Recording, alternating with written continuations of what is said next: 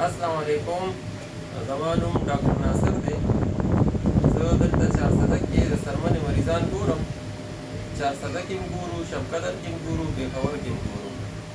خو اوسه پورې په دومره وخت کې موږ چېرته د لمپي سکن انسانانو ته دا بیماري نه ده لیدلې. دلته چارسده کې یو افوا ګډه شوې ده.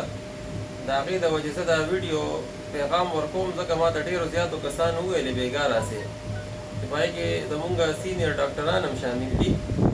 هغوی وایي چې دا بیماري انسانانو ته لګي که نه لګي. نو پهله خبره خو دا چې دا خبره مکمل افوا ده، دې کې هېڅ صداقت نشته.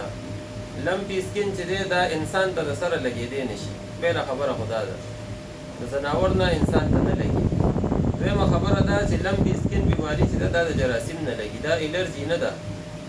دا په الرجي کې د سره راځي نه. د الرجي علاج سره دا نه ټیک کېږي، لګي نه نو بیا ټیک کېدل. بیا چې د کومو کسانو دا افوا پیلو کړې ده او دوی کوم تصویران ورکړي دي، نو دا د بل مرض دي.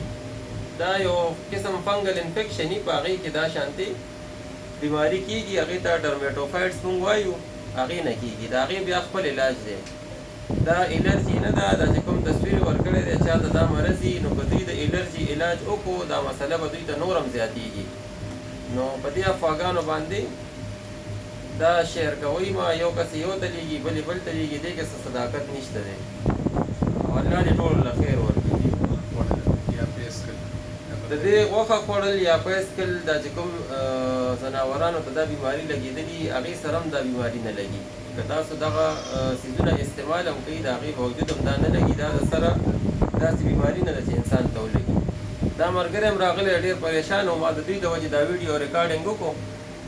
تاسو ته چا څه ویلي؟ دا جی زموږ یو تیز ووایئ. کسان وو دلته اکثر راځي کېدي په دوکانونو، اکثر هغوی وایي چېرې دا بیماري چې کوم دی نو دا انسان ته هم لګي.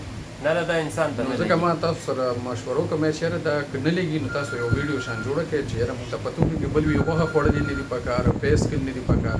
دا ټوله افوا ده، دې کې هېڅ صداقت نشته. صحیح ده. مونږ اوسه پورې په لیډ ریډینګ اسپتال کې، دلته کې چارسدي اسپتال کې یا خپلو کلینیکونو کې مونږ له اوسه پورې داسې مریض انسان نه دی لیدلی چې هغه ته لمپي سکن بیماري شوي. مونږ لا یو انسان هم نه دی لیدلی. روزانه مونږ 100 مریضان 80 مریضان ګورو، خو داسې مریض لا مونږ پکې نه دی لیدلی. صحیح شو. ډېره مهرباني دي ستاسو، مننه. الله مو خوشحاله کړه. ډېره مننه. السلام علیکم.